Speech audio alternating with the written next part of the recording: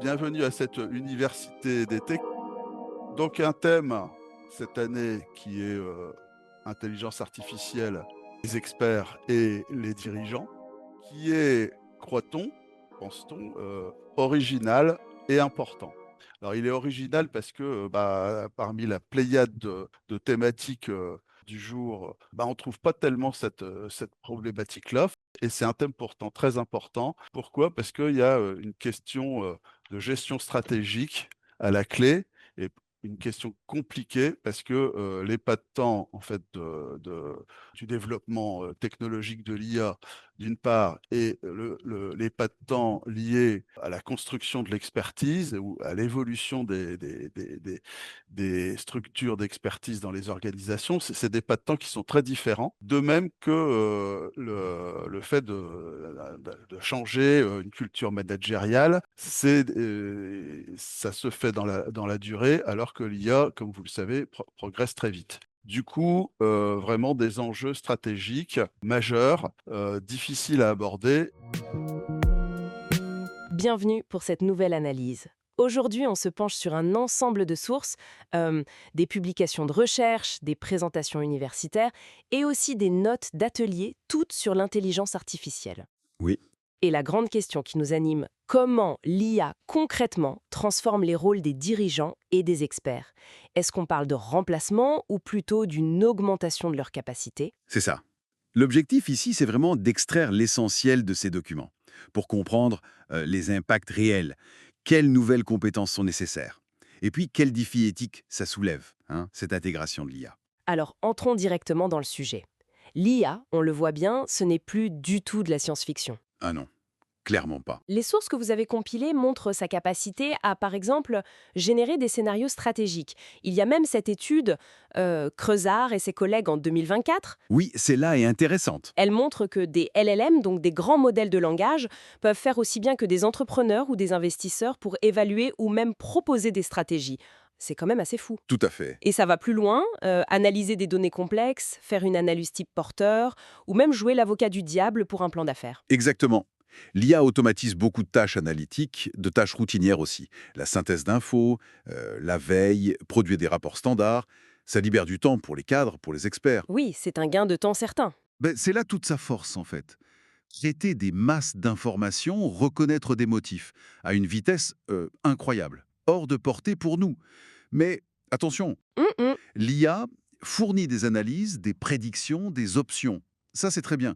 Mais le jugement humain, lui, reste absolument crucial. Pour interpréter, pour contextualiser tout ça, intégrer les valeurs de l'entreprise Et prendre la décision finale. et prendre la décision finale, celle qui engage l'organisation, ça, on ne peut pas l'automatiser. Le sens critique, le jugement, ça reste humain. Ce qui nous amène logiquement à la redéfinition des rôles. Si l'IA prend en charge une partie de l'analyse, comment ça change le quotidien des dirigeants, des experts, concrètement? Les frontières bougent, c'est clair et net. Pour les dirigeants, le grand défi, c'est d'orchestrer cette collaboration homme-machine. C'est plus tellement de tout savoir, Oui, c'était l'ancien modèle. voilà. C'est plutôt de savoir poser les bonnes questions à l'IA, évaluer ses réponses, et puis se concentrer sur la vision, le leadership, inspirer les équipes, et bien sûr la responsabilité finale. On passe vraiment d'une culture du «je sais tout» à une culture du «j'apprends tout le temps». L'exemple de Satya Nadella chez Microsoft illustre bien ça. D'accord. Et pour les experts, alors, est-ce qu'ils deviennent juste des superviseurs de l'IA? Non, pas vraiment superviseur, je dirais plutôt des médiateurs critiques. C'est une bonne formule, je trouve. Médiateurs critiques. Mhm. Oui. Moins de temps sur la production pure d'analyse de base et beaucoup plus sur l'interprétation fine des résultats de l'IA. Le conseil stratégique qui en découle. La validation de la qualité aussi. Et surtout, repérer les biais. Ah oui, les billets, c'est un gros sujet. Énorme. Et on voit émerger cette idée d'équipe hybride. Homme-IA. Marco Argenti, chez Goldman Sachs, parle même de l'IA comme d'un collaborateur. Un collaborateur. Intéressant. Oui. Ça implique évidemment de repenser le management, les RH, mais, un point qui revient tout le temps dans les sources, la responsabilité ultime, elle, ne peut pas être déléguée à la machine. Ça reste humain, toujours. Alors, si les rôles évoluent à ce point, les compétences doivent suivre, forcément.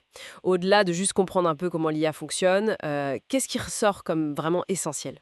Ce qui est frappant, c'est que ce sont surtout les compétences profondément humaines qui deviennent encore plus critiques. Paradoxalement. Oui, c'est ça. La pensée critique, pour justement évaluer ce que sort l'IA, la communication, l'empathie, pour gérer le changement, accompagner les équipes. Le jugement éthique, bien sûr, pour naviguer dans ces zones un peu floues. Et cette fameuse orchestration homme-IA, Exactement. Savoir comment intégrer l'IA, quand, définir les rôles de chacun, et surtout, bâtir la confiance. La confiance dans l'outil, mais aussi la confiance entre les équipes et le management. C'est clé pour que ça marche. Il y a un tableau d'ailleurs dans un des documents qui résume bien tout ça. parlons justement de ces zones floues, des dilemmes éthiques. C'est un point majeur dans vos sources, les biais algorithmiques. Oui, Le manque de transparence, la fameuse boîte noire, la responsabilité en cas d'erreur. Comment les entreprises gèrent ça? alors, face à ça, on voit bien que des cadres de gouvernance se mettent en place, forcément. Comme quoi, par exemple? Des audits pour chercher les biais. On a tous en tête l'exemple de l'outil de recrutement d'Amazon qui discriminait les femmes. Oui, c'était édifiant. Voilà. Donc, audit de biais, création de comités d'éthique interne, des politiques de données très claires. Et puis, la réglementation qui arrive, comme l'AI Act européen. L'idée, c'est l'algorithmic accountability, la redevabilité algorithmique. Pouvoir expliquer une décision prise avec l'IA. D'ailleurs, l'OCDE estime que près de 90% des boîtes qui utilisent l'IA ont déjà mis une forme de gouvernance en place. Donc, si on devait résumer le message principal de toutes ces sources, ce serait que l'IA transforme en profondeur, oui, mais ne remplace pas totalement les dirigeants ou les experts. C'est exactement ça. Elle automatise, elle accélère certaines tâches, mais en fait, elle augmente surtout le besoin de discernement humain, de stratégie, d'éthique. Tout à fait. Le rôle humain se recentre sur ce que la machine fait mal ou pas du tout. La vision stratégique nuancée, la créativité, l'intelligence émotionnelle, le jugement éthique et, on l'a dit, la responsabilité finale des décisions. Le vrai défi maintenant, pour les organisations, c'est d'apprendre à orchestrer cette synergie homme-machine de façon efficace et éthique. Hmm. Et peut-être une dernière question pour prolonger la réflexion. L'IA est géniale pour optimiser sur la base des données, on l'a vu, mais comment les organisations peuvent-elles faire pour continuer à valoriser et surtout à intégrer activement l'intuition, l'expérience tacite, le jugement plus subtil des humains, pour arriver à des décisions qui soient vraiment sages et pas juste logiquement optimisées? C'est une excellente question. Et c'est peut-être là que réside le prochain grand défi de cette collaboration. Voici donc une synthèse de nos débats, réalisés essentiellement via l'intelligence artificielle. Intéressant, lisse, c'est un peu péremptoire peut-être. En tout cas, cela ne reflète pas vraiment la diversité des points de vue, les lignes de fracture, les dièses, les bémols, les nouvelles interrogations qui ont émergé tout au long de cette université d'été. Aussi allons-nous ouvrir cet automne des espaces-temps par petits groupes de participants autour de nouvelles questions. Par exemple, quid de la confiance qu'un décideur peut accorder à l'IA versus à ses experts? Ou bien, les IA renforcent-elles au sein des COMEX la coopération? Ou au contraire, renforcent-elles les forces de compétition, les stratégies individuelles? Voilà, ces séances seront ouvertes aux participants de l'université d'été en priorité, mais aussi à tout candidat y trouvant son miel.